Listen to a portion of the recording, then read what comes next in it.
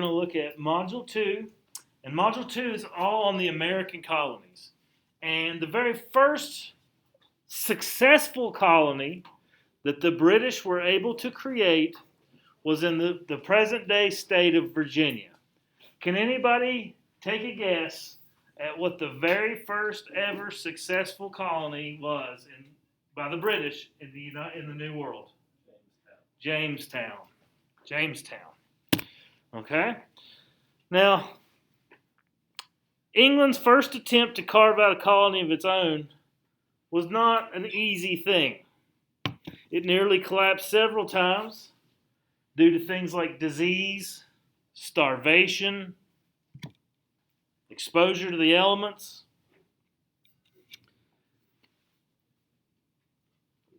And what we talked about in Module 1 is we talked about who arriving in the New World in Module 1. What empire? The Spanish. Unlike the Spanish, England's arrival in the New World was a little bit different. All right. The Spanish people, the conquistadors, they were arriving in the New World with funding from the government, funding from the king and queen. The royal government was funding them. English colonies were funded and maintained by these things called joint stock companies. Joint stock companies. A joint stock company is kind of like a modern corporation.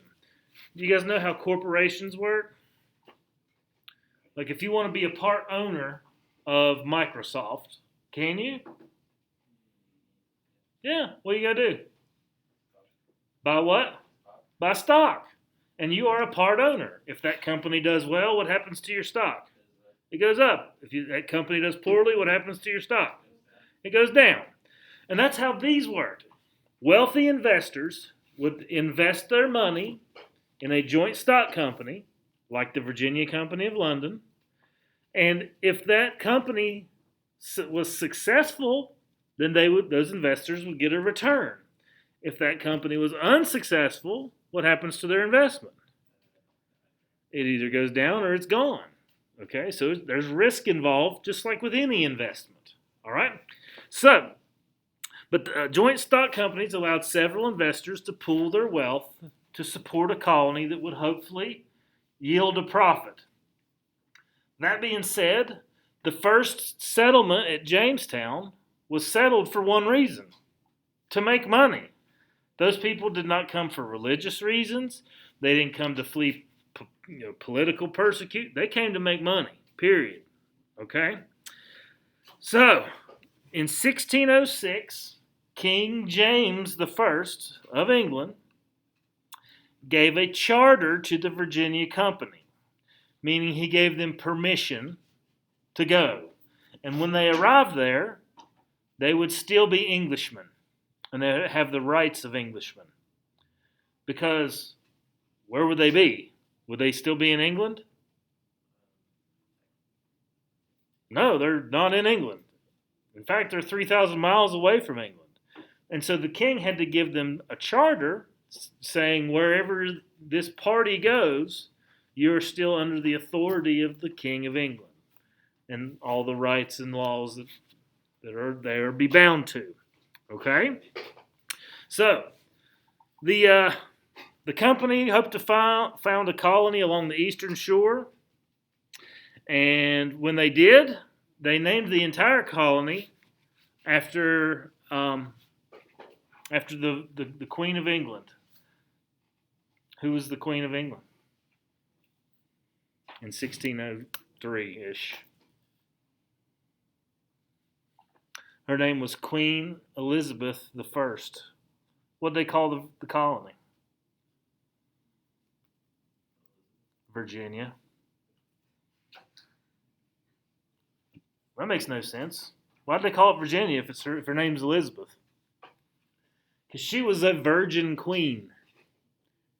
And so that's why we're called Virginia, West Virginia. Because it's named after Queen Elizabeth I, who was a virgin queen. She never married. Ergo, virgin queen. Now, The Virginia Company, when they arrived, they named the actual settlement in the colony Jamestown, after King James, who gave them the charter to go. And the river that extended into the bay, they called it the James River. And the James River actually flows on, like if you drive an hour into Virginia to Covington, the James River flows right through there. And it goes all the way to the ocean, to Richmond, and then Williamsburg and Jamestown. And it goes into the ocean. It was off to a really, really, really bad start. Who are the people that went? Who are the people that are going? They're part of the company. What's their goal? Make money. What are they looking for? Okay, not really tobacco. They don't really know about tobacco. But good guess. That's eventually what makes them money. What are they really looking for? Such as? Gold. They want to find gold. They hope that they can come across a creek bank and look down in it and turn some rocks over and pull out bars of gold. And many people expected that to happen. Obviously, that doesn't happen. You guys have been to the creek and seen bars of gold in it lately? No, neither do they. Okay? So, they were in a pretty good bit of trouble because they were there to make money and to find gold, and they found neither, and they were unable to do that. So when they immediately got there, they spent all their time searching for gold. You know what they didn't spend time doing? Growing crops, cutting firewood, getting their shelters built. And guess what happened when winter came? They had no food, they had no shelter, and they had no heat.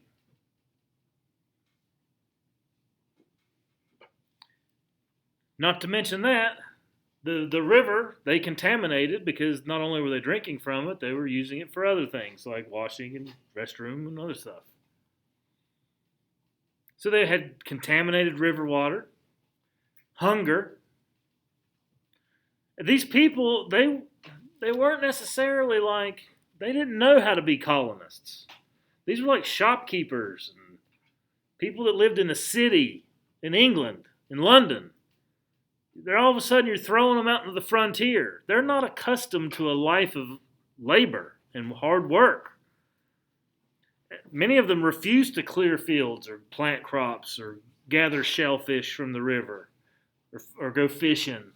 They would refuse to do it. They said, I'm not doing it. And so the gentleman who was in charge of this colony in the early years was a man by the name of John Smith. John Smith. And he instituted a policy of he who does not work does not eat.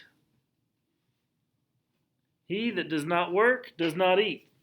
And so this is kind of a way to shape this colony and work this colony into shape.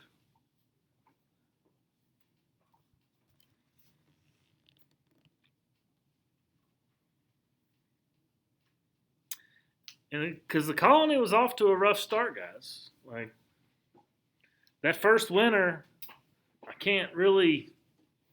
I mean, it's pretty gross. Like, yes, I'm sure we've all been hungry. You ever really been starving? There's a big difference between I'm hungry and I'm starving.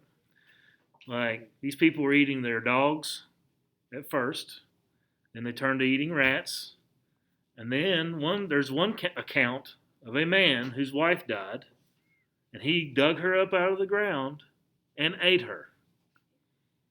You got to be all out of Pop-Tarts before you eat a dead family member, okay? So that's hunger, guys. That's some extreme hunger. It was rough. It was rough conditions. Fortunately, there was a group of people there that were at first willing to help them a little bit. And they were called the Powhatan Indians. And we called them that because their chief's name was Powhatan. And John Smith was able to persuade Powhatan Indians to provide them with food. And things were going really well. The Powhatan Indians were helping out the starving Jamestown settlers with the assistance of the and negotiation skills of John Smith, until unfortunately John Smith was standing next to a gunpowder bag, and there was a spark that flew off a lantern and exploded the bag, and it burned him really, really badly. And so he had to go back to England. And when he did that, he left Jamestown to fend for itself. And with more and more colonists arriving every season, the numbers of colonists were growing. And that began to alarm the Powhatan Indians.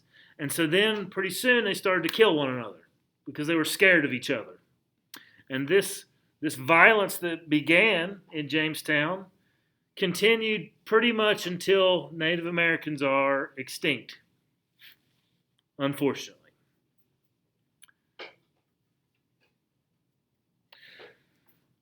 So once the Powhatan Indians and the Jamestown settlers, they fight for several years. I'm sure you've heard of people like Pocahontas. She's Powhatan Indian. She was Powhatan's daughter. I'll tell you about her in a minute. But the colony continues to grow, and it begins to become profitable after a few years with the emergence of a new crop. And that crop is what, Jordan? Tobacco. You guys, if you've ever driven through North or South Carolina, you've probably seen tobacco on the side of the road. And that's it right there. Big, leafy, green plant. Europeans had become aware of tobacco soon after Columbus's return. So yeah, they probably knew of tobacco. They just didn't know how popular it could be. By 1612 in Jamestown, one of the Jamestown members named John Rolfe. John Rolfe, you ever heard of him? He experimented with genetically altering tobacco. He took strands and species of tobacco from Brazil and began to crossbreed them with Virginia tobacco to try to create a flavor that was a little less bitter. Yes. Can you repeat the name? John Rolfe, Rolfe. John Rolfe. And basically, it took the bitterness out of it and made it taste really good. Well, what is one of the characteristics of tobacco that makes it easy to sell? It's addictive. So once somebody starts using it, they're going to keep buying it? Yeah. And so the more people that use it for one time, the better off the tobacco growers are. Pretty soon, the settlers in Jamestown, they need to grow more tobacco than they have land. And so what do they have to do? Expand. What does that cause? More fighting amongst Indians because they're taking their land. What else is needed? More labor. Well, it was too expensive to take use of African slaves like the sugar colonies were doing in the Caribbean. And so the Virginia Company of London introduced what's called the headright system. And they introduced it in 1618. The headright system would pay, this is how it would work. Let's say I'm a person, I'm already in Jamestown, and I need some help on my farm to grow tobacco. So I send money across the ocean to England. And this money is to pay for the voyage across the ocean for somebody else in England. So I'm paying for their trip across the ocean. Once they arrive, they come to my house. And they live with me for 7 years or 5 years, whatever it is, however much money I sent. And until then, they are my servant. They work for me under contract or an indenture. They are indentured servants. Usually it's 7 years.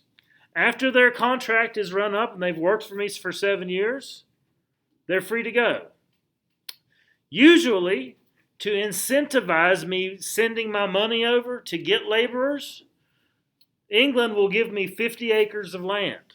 So I'm basically buying 50 acres of land and getting a servant for 7 years for the price of one. So it's like a double deal. Why would England want to send people over? Yeah. To be able to make more of a profit. It's because it meets a need in the colonies. The colonists needed labor. Why else? Who are they sending? They sending fine, upstanding individuals? Peasants, homeless people, criminals. That's who's going. Getting rid of them. Hey, instead of us paying for this person to be in jail for 7 years, let's just send them to the colonies. It's free. It's already been paid for. So that's who our ancestors are, y'all. Bunch of unwanted, homeless criminals. That's America's built of. So don't be surprised when you see people acting crazy. But the headright system yielded huge land grants because some people would be like, yeah, send me 50 indentured servants. And in return, they'd get 50-acre land grants. That's an enormous amount of land. So that's what these people would get. In exchange for passage to North America and food and shelter upon arrival, these indentured servants agreed to work as servants, usually 4 to 7 years, mostly 7. And then they would be free to try, get some land of their own. Okay? All right, now I mentioned Pocahontas and John Rolfe. John Rolfe, he's the father of tobacco. That's what we referred to him as. He's the guy that crossbred the different tobacco strains and tried to figure that out. Pocahontas was Chief Powhatan's daughter. Well, remember we said that after John Smith left, there was some violence that was breaking out. Well, in an effort to try to keep the peace, Pocahontas and John Rolfe got married. How many of you guys thought it was John Smith she married? It's John Rolfe. She marries John Rolfe. You guys watch too many Disney cartoons. Okay? So this marriage does lay the groundwork for a half-hearted peace. However, the peace is not going to last as more and more colonists arrive, more and more indentured servants, and the tobacco demand continues to grow higher and higher, and they need more land to plant tobacco. So, can you find any Powhatan Indians today? Why not? They're all dead. They were dead within 30 years. Within 30 years of the first settlement at Jamestown, they're all gone, including Pocahontas, who dies, of course, of disease. They don't mention that in the Disney movie. That probably her husband gave her. This is a portrait that was painted of Pocahontas on a trip that she did to Europe. Did you guys know that she went to Europe? She did. They put her on display like an animal. Like, hey, look at what we found. This is my wife. So, and then, of course, she's surrounded by Europeans. She's going to get sick and die. And that's what happens. Poor Pocahontas. If only she had a talking raccoon. All right. So, these people, they're on their own. Like, they're eating their old boot leather and digging up their family members. Things are rough. Needless to say, they don't really care much about what's going on 3,000 miles away. They're very much centered on what they have to do to survive. In order to do that, they really feel like they need to govern themselves. And one of the first attempts at self-government in the New World occurs with the House of Burgesses, which met for the first time in Jamestown in 1619. A burgess is simply a citizen. Just think of it as like saying the House of Citizens. So the colony of Virginia was broken into little districts. And each district was allowed to send 2 citizens, or 2 burgesses. And the House of Burgesses did things like raise taxes, make laws, However, the English governor, as in the person who the king put in charge of the colony, had the right to strike down any legislation that the House of Burgesses passed. And it only had not everybody was represented in the House of Burgesses. If you were a woman, you were not represented. If you were African American, you were not represented. If you were poor, you were not represented. Only wealthy white men of a certain age were represented. So it was not exactly a perfect democracy.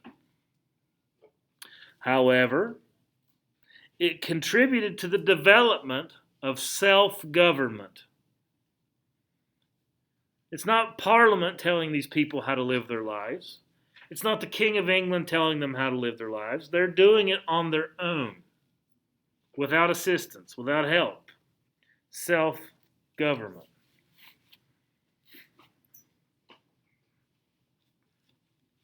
Now, it's not all peaches and cream and smooth, especially because if you're a member of the House of Burgesses, I want you to explain to me what your life's probably like. If you're a member of the House of Burgesses, are you? You probably hate it. Okay, who's going to hate you? White women. Women, maybe? Some African Okay, Americans. there's not a lot of African slaves in Virginia yet. It's the early 1600s still. Are these people poor, these people in the House of Burgesses? No, they're wealthy, white, landowning men. That's who they are. Are there a lot of poor, landless men that are white? How'd they get there? The 7 year. You finish your indentured servitude contract. Now what? You try to do. Good luck. Are all of them able to find land of their own? No. Many of these people are just poor white folk. Where do they have to go to find land? Where? What direction?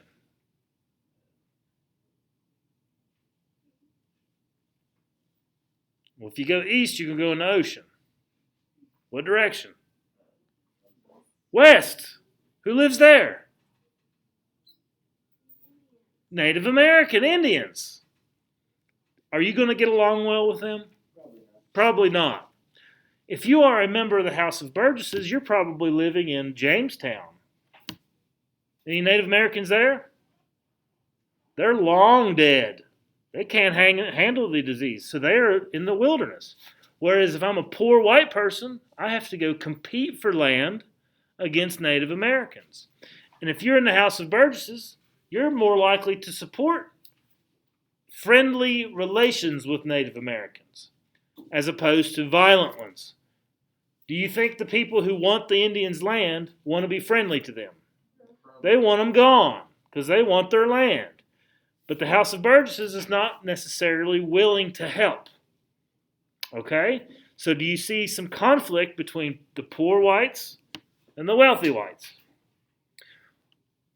Yeah? No?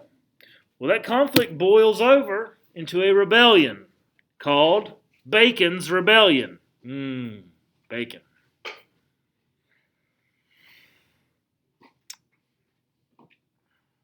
The gentleman on the right, whose name is William Berkeley. You ever heard the name Berkeley? You ever heard Berkeley County? That's in West Virginia, named after this guy. And then you have Nathaniel Bacon. Governor Berkeley is wealthy, well-to-do governor of the Virginia colony, royal governor of the Virginia colony. And he does not want to have any more conflict with Native Americans, as it's bad for the business of these people in Jamestown. However, Nathaniel Bacon, who was a former indentured servant and is now seeking out some land for his own, has to fight with Native Americans in the western part of Virginia to have a chance at owning land.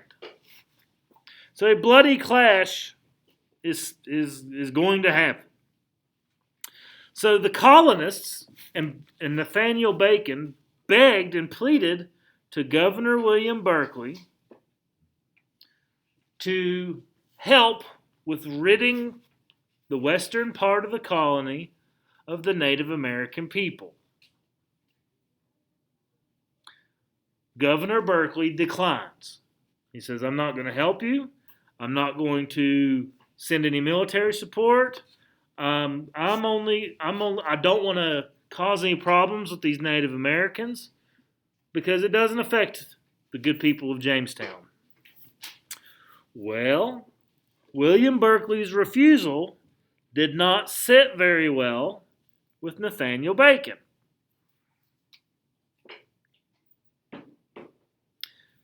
Bacon himself, hot-tempered, easily angered. His dad was rich, but he's not. His dad was a very wealthy tobacco farmer on the frontier. But he really hated Native Americans. He detested them, had no respect for Native Americans. He called them wolves who preyed upon the innocent white lambs. So he was very, he's kind of racist and was a murderer, pretty much. So after one of his men that worked with him, alongside of him on his farm was killed by a Native American, Bacon broke out and went throughout the frontier, gathering up other poor white people, and began to basically find Native American villages, go to them, set them on fire, and kill the people as they fled from their burning village.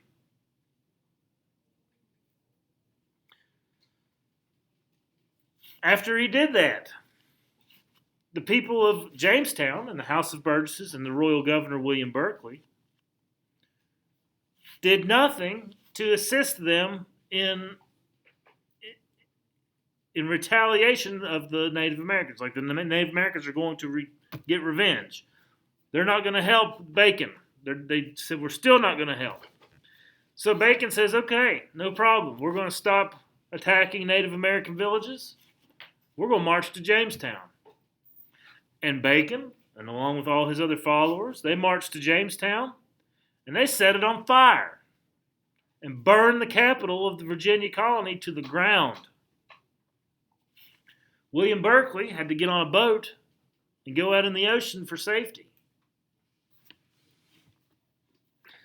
And guess who was in charge of the entire colony of Virginia? Nathaniel Bacon. On whose authority? His own. Did the King of England say, hey, Nate, you're in charge? What about the royal governor? House of Burgesses? Well, considering that he ran all of them out of town and set their houses on fire, he's in charge. And he could have stayed in charge, but, of course, he's in Jamestown. He dies of illness. It's an unhealthy place to be. He dies of illness about a month after setting Jamestown on fire, allowing for Berkeley to return to Jamestown and easily put down the rebellion because they had no more leader. They were leaderless. So Bacon's rebellion, as it came to be known, did succeed in drawing the attention of the King of England, who at this time, in 1676, was King Charles. Another thing that Bacon's rebellion does is it shows that a large population of unhappy, poor, white people with no chance can cause problems, and that another source of labor could be more beneficial, one that's more easily controlled. And so what do you see an increase of as a result of Bacon's rebellion?